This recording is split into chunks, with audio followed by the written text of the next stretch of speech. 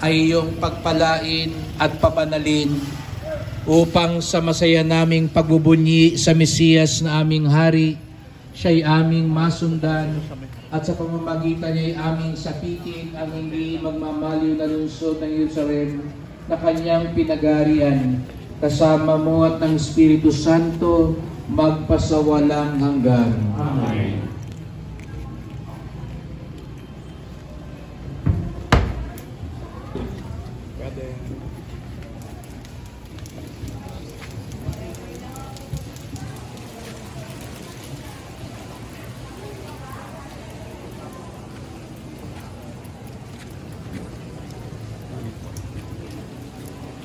Sumainyo ang Panginoon. At sumaiyo rin. Ang mabuting balita ng Panginoon ayon kay San Marcos. Papuri sa iyo, Panginoon.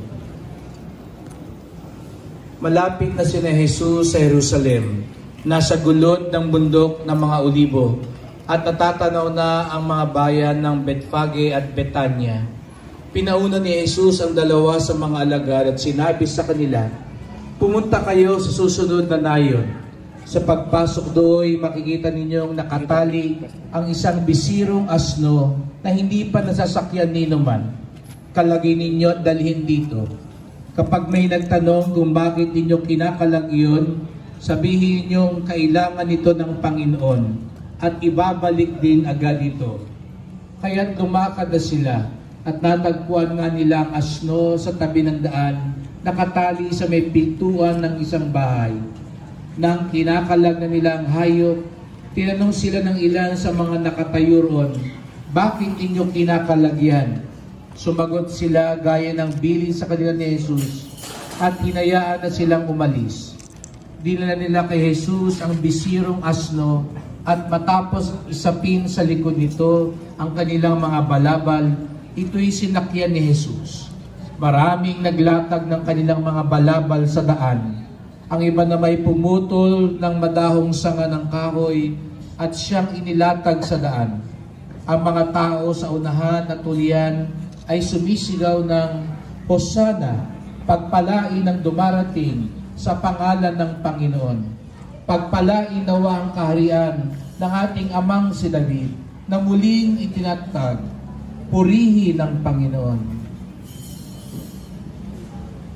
Mga kapatid, ang mabuting balita ng ating kaligtasan. Pinupuri ka namin, Panginoong Jesucristo. Mga minamahal na kapatid, tularan natin ang mga tao na nagbunyi kay Jesus. Halinang magprosesyon sa kanyang karangalan, taglay ang kapayapaan.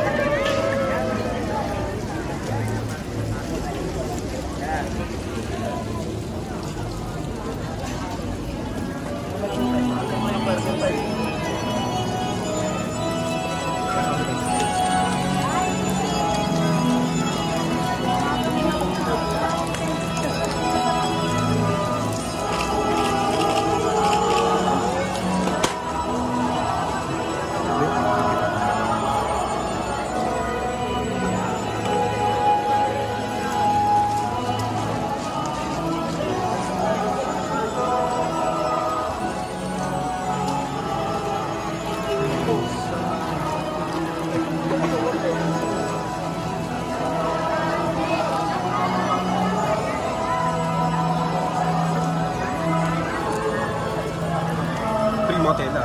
Balik pa ba yung balik sa office? Mga tela, sir.